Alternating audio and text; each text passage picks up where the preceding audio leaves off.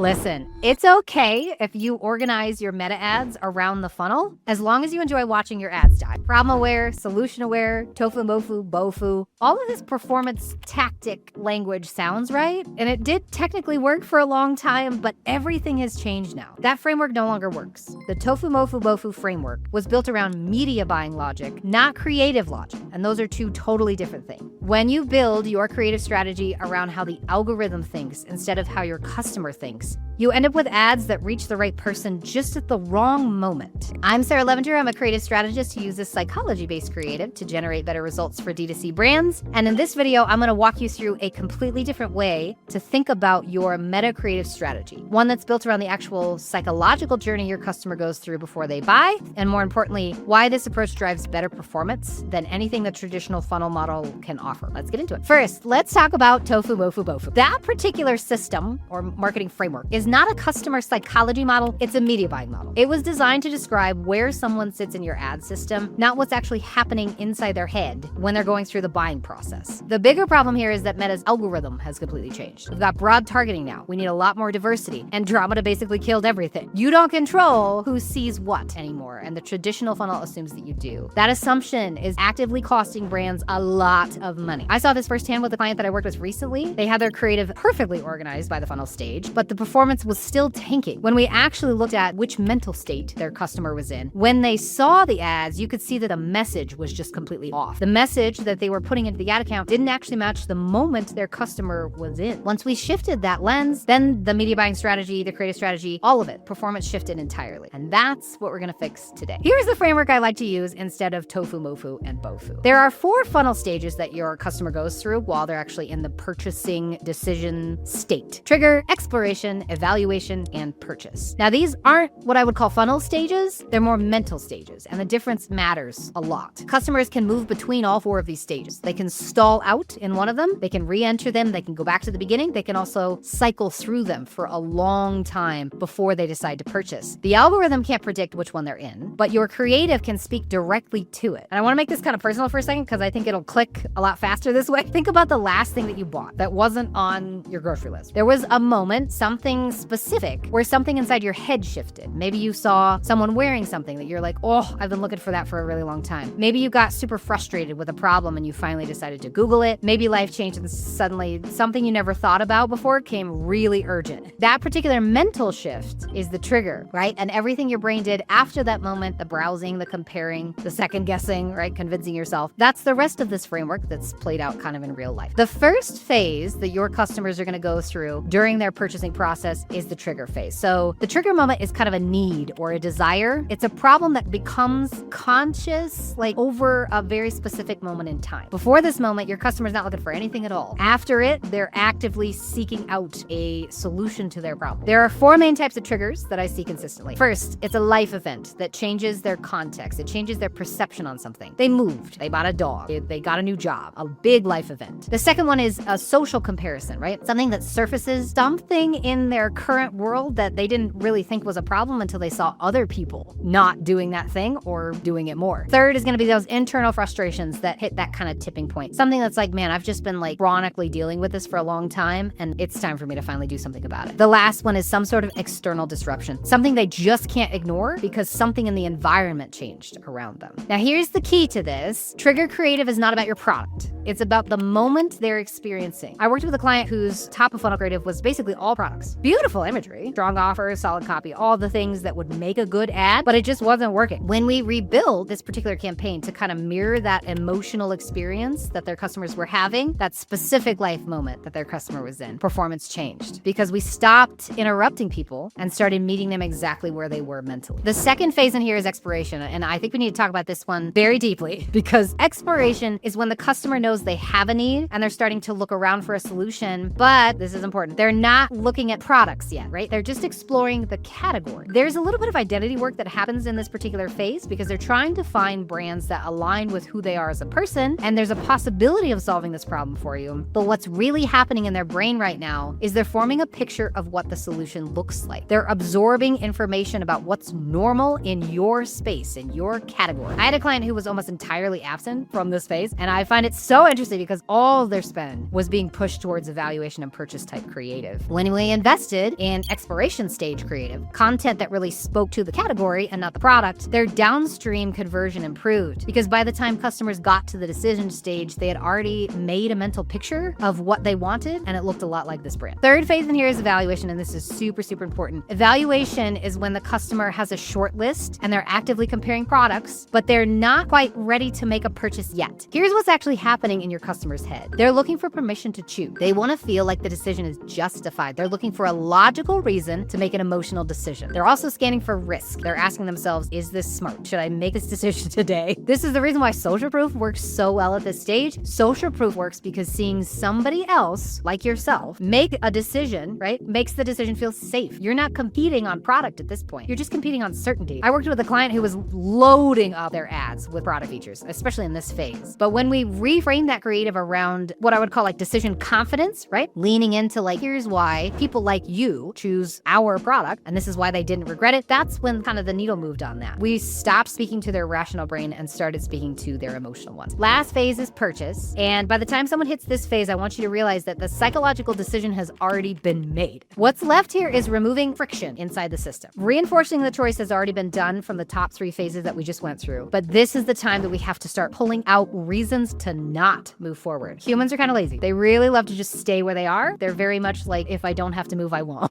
And this is because the brain is starting to look for signs and reasons not to expend energy on something that may not be important in the long run. Here's the pattern I see all the time, and I can't stop thinking about this from the brand side. Brands who don't understand this brain mechanism spend heavily on purchase-focused ads, discounts in particular, and they just watch the returns get worse and worse and worse every month, and they just kind of assume that the offer is the problem. It's almost never the offer. If you're constantly discounting to close the sale, the problem really is that your trigger, expiration, and evaluation creative didn't do its job. The discount becomes a crutch and is a very expensive one because you're trying to manufacture urgency for a decision that should have felt obvious from the start. Discounts are not going to close the gap. You're just going to wallpaper over it. Okay, so how do you actually use this framework for your ads and your brand? There's 3 steps here. Step number 1, I want you to audit your current creative by psychological stage, not funnel stage. Pull every ad you're running and ask yourself one question. What mental state am I speaking to? Don't ask, is this a cold ad or a warm ad or what,